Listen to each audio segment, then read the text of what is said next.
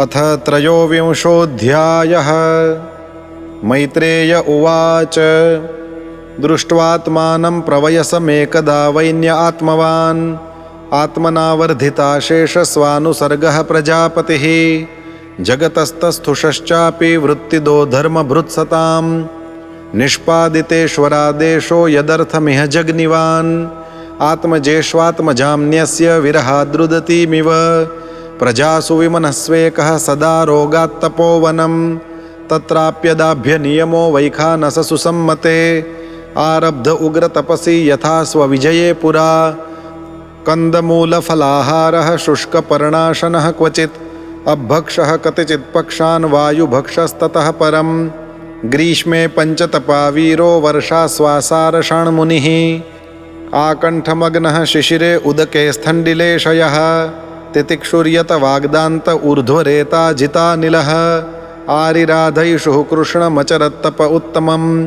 तेन क्रमानुसिद्धेन ध्वस्तकर्मामलाशयः प्राणायामैः सन्निरुद्ध षड्वर्गश्छिन्नबन्धनः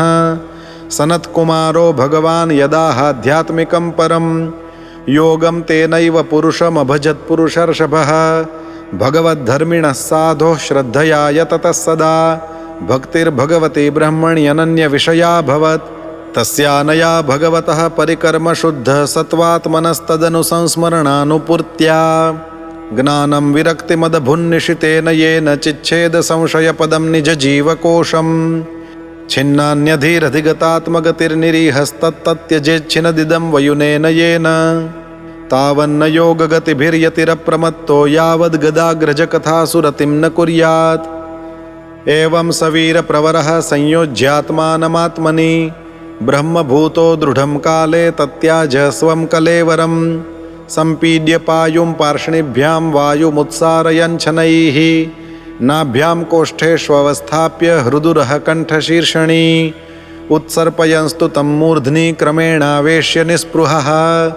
वायुं वायौ क्षितौ कायं तेजस्तेजस्य युयुजत् खान्याकाशे द्रवं तोये यथा स्थानं विभागशः क्षितिमंभसि तत्तेजस्यदो वायौ नभस्यमुम्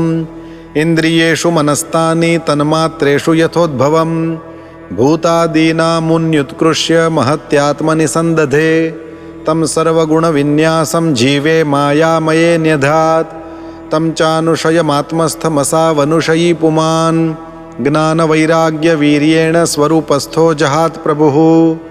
अर्चिर्नाम महाराज्ञी तत्पत्न्यनुगता वनं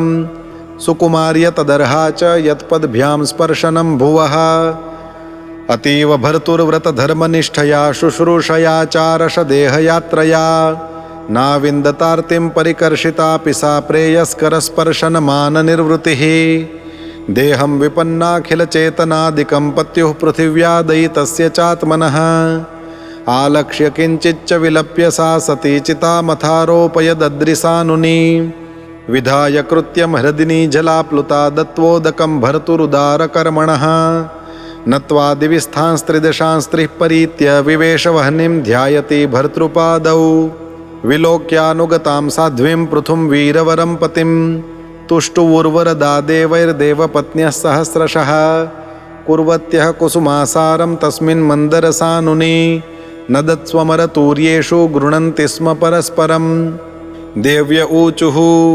अहो इयं वधूर्धन्या या चैवं भूभुजां पतिं सर्वात्मना पतिं भेजे यज्ञेशं श्रीर्वधूरिव सैषा नूनं व्रजत्यूर्ध्वमनुवैन्यं पतिं सती पश्यतास्मानतीत्यार्चिर्दुर्विभाव्येन कर्मणा तेषां दुरापं किं त्वन्यन्मर्त्यानां भगवत्पदं भुवि लोलायुषो ये वै नैष्कर्म्यं साधयन्त्युत स वञ्चितो बतात्मधृक्कृच्छ्रेण महता भुवि लब्ध्वापवर्ग्यं मानुष्यं विषयेषु विषज्जते। मैत्रेय उवाच स्तुवतीष्वमरस्त्रीषु पतिलोकं गता वधूः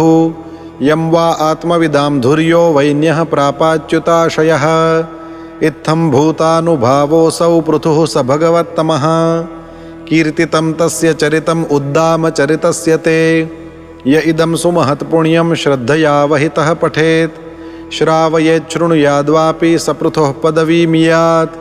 ब्राह्मणो ब्रह्मवर्चस्वी राजन्यो जगतीपतिः वैश्यः पठन् विट्पतिः स्यात् शूद्रः सत्तमतामियात् त्रिः कृत्व इदमाकर्ण्य नरो नार्यथवा द्रुता अप्रजः सुप्रजतमो निर्धनो धनवत्तमः अस्पष्टकीर्तिः सुयशा मूर्खो भवति पण्डितः इदं स्वस्त्ययनं पुंसाममङ्गल्यनिवारणं धन्यं यशस्यमायुष्यं स्वर्ग्यं कलिमलापहं धर्मार्थकाममोक्षाणां सम्यक् सिद्धिमभीप्सुभिः श्रद्धयैतदनुश्राव्यं चतुर्णां कारणं परं विजयाभिमुखो राजा श्रुत्वैतदभियाति यान् बलिं तस्मै हरन्त्यग्रे राजानः पृथवे यथा मुक्तान्यसङ्गो भगवत्यमलां भक्तिमुद्वहन् वैन्यस्य चरितं पुण्यं शृणुयाच्छ्रावयेत् पठेत् वैचित्रवीर्याभिहितं महन्माहात्म्यसूचकम् अस्मिन् कृतमतिर्मर्त्यः पार्थवीं गतिमाप्नुयात् अनुदिनमिदमादरेण शृण्वन् पृथुचरितं प्रथयन् विमुक्तसङ्गः भगवति भवसिन्धुपोतपादे स च निपुणां लभते रतिं मनुष्यः इति श्रीमद्भागवते महापुराणे पारमहंस्यां संहितायां चतुर्थस्कन्धे 23 अध्यायः।